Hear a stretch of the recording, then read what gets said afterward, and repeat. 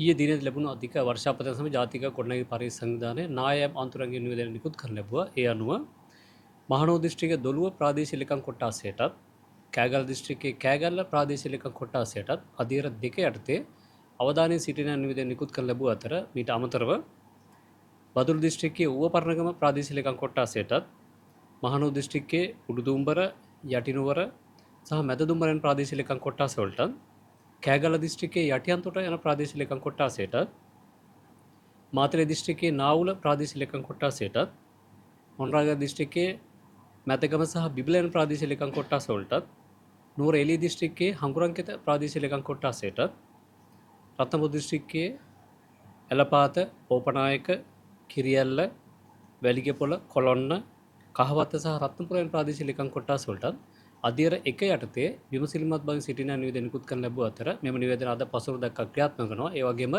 ලැබිය හැකි වර්ෂාපතන සමග මෙම නිවේදන වෙනස් විය හැකි. ඊට අමතරව ඉදිරි දින කිහිපය තුළත් වර්ෂාව පවතින බව කලගොඩ විද්‍යා දෙපාර්තමේන්තුව අනාවැකි පළ කරලා තියෙනවා. ඒ සම්බන්ධව කඳු ආශ්‍රිත ඒ වගේම අනතුරුදායක ප්‍රදේශවල ජීවත් වෙන ජනතාව අවධානය සිටිය යුතු වෙනවා.